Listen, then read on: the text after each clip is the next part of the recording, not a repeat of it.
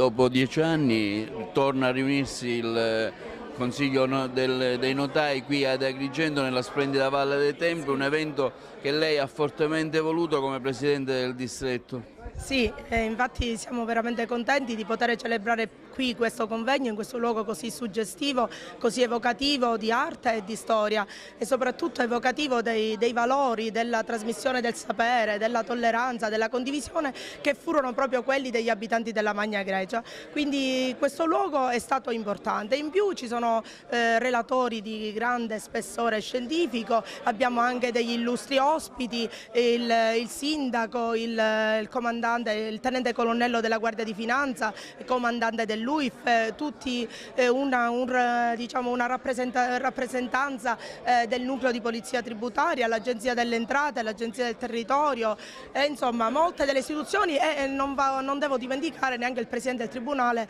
la dottoressa Luciana Razzete, una rappresentanza nutrita di giudici che vorranno condividere con noi la demo, quindi la dimostrazione della vendita forzata immobiliare in modalità telematica.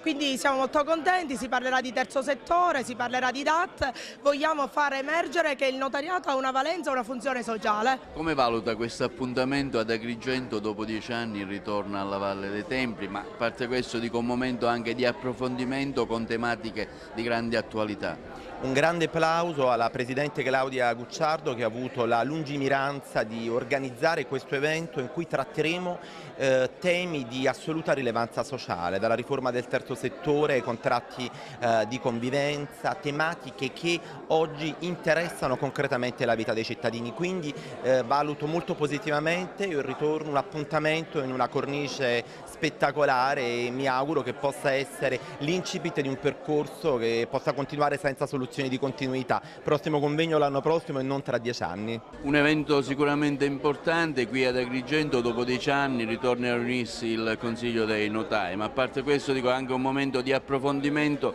da un punto di vista legale con le nuove normative.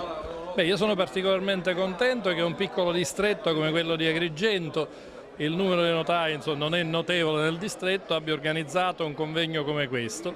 Noi li facciamo dislocati sul territorio e crediamo molto che l'importanza di questi convegni, perché consentono, al di là degli approfondimenti, come lei ha detto, di argomenti di attualità dal punto di vista giuridico, consentono soprattutto uno scambio di idee tra colleghi. Quanto sono importanti momenti come questi anche per l'approfondimento che avete reciprocamente, anche non solo con gli altri colleghi ma anche con istituzioni? Abbiamo visto che sono presenti anche Guardia di Finanza, Presidente del Tribunale e altri. Beh, è importante perché il pensiero che hanno i notai su alcune norme e sull'interpretazione è fondamentale. Lei ha citato la Guardia di Finanza, io le devo dire che i notai in campo dell'antiriciclaggio possono essere definiti professionisti di eccellenza e i dati lo confermano che i notai sono coloro che fanno necessariamente per obbligo di legge le segnalazioni quando ci sono le circostanze e queste segnalazioni hanno portato indubbiamente ad alcuni risultati che sono stati fondamentali nella lotta al riciclaggio ed anche ad altri reati.